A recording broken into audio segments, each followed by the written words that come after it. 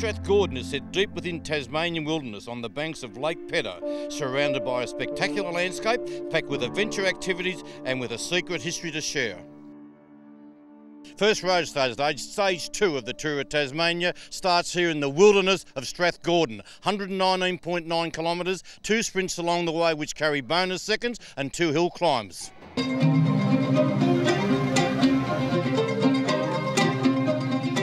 Alec Evanson, the winner last year, of course just fresh back from Glasgow, we win a gold medal at the Commonwealth Games.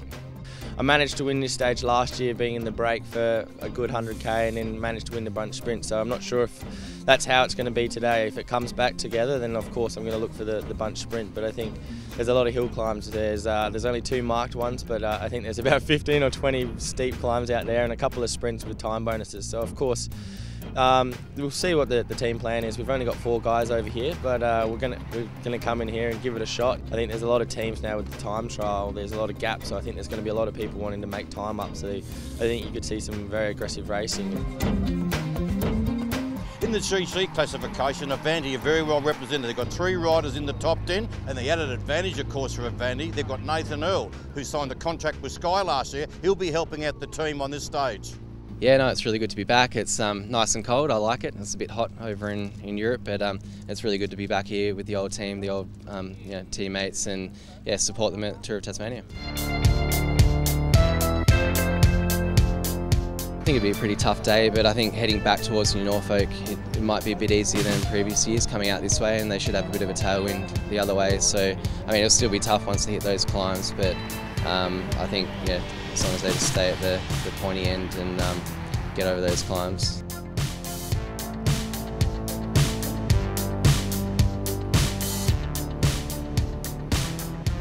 Yeah, there was a lot of attacks early on, and then a group of 3 riders established, and I decided to go across to that and just see if that would start something, but that was it. It was just 4 of us then, and we were in for the long haul.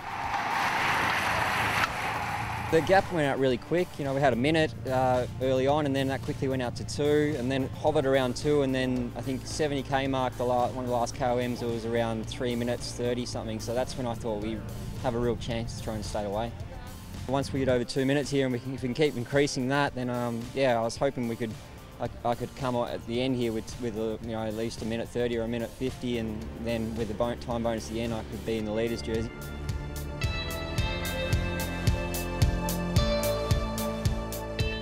Back in the peloton, Avanti were controlling it, but they realised that Bernie Salzberger was only 2 minutes 10 down in general classification. At one stage, the gap got out to over 3 minutes, so Wes Salzberger was the leader of the tour on the road. Sort of that last 30k, when it was really getting down to the business end, we had a few guys wanting just to sit on and not really take their turn on the front.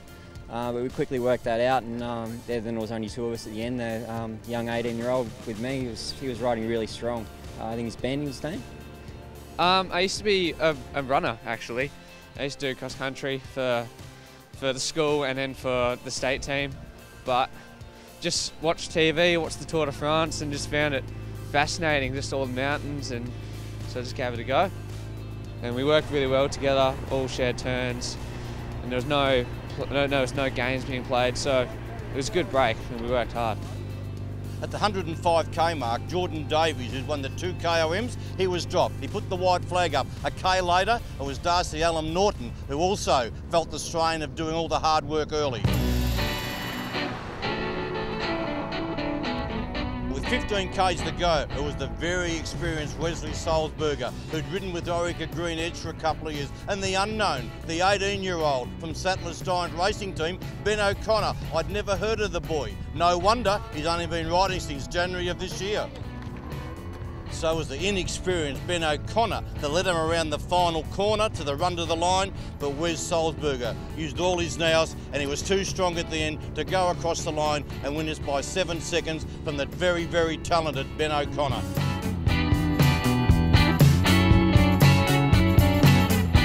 Yeah, I was worried coming into that last corner. There was a little bit of gravel on the outside of the corner, and he actually gapped me a little bit there. But yeah, then I managed just to sort of lay off and come off him at the end.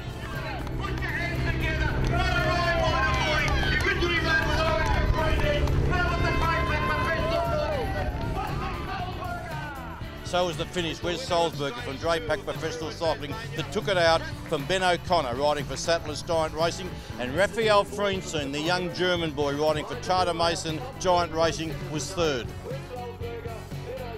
The SRAM King of the Mountain jersey was presented to Jordan Davies, who was in that initial break. The Jayco Green Sprinters jersey went to Wes Salzberger, the winner of the stage. Nicholas Cassonis from Charter Mason Giant Racing retained the young rider jersey.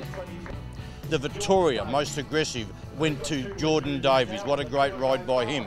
But the Subaru yellow jersey remains on the shoulders of Ben Dybel, riding for Avanti Racing Team.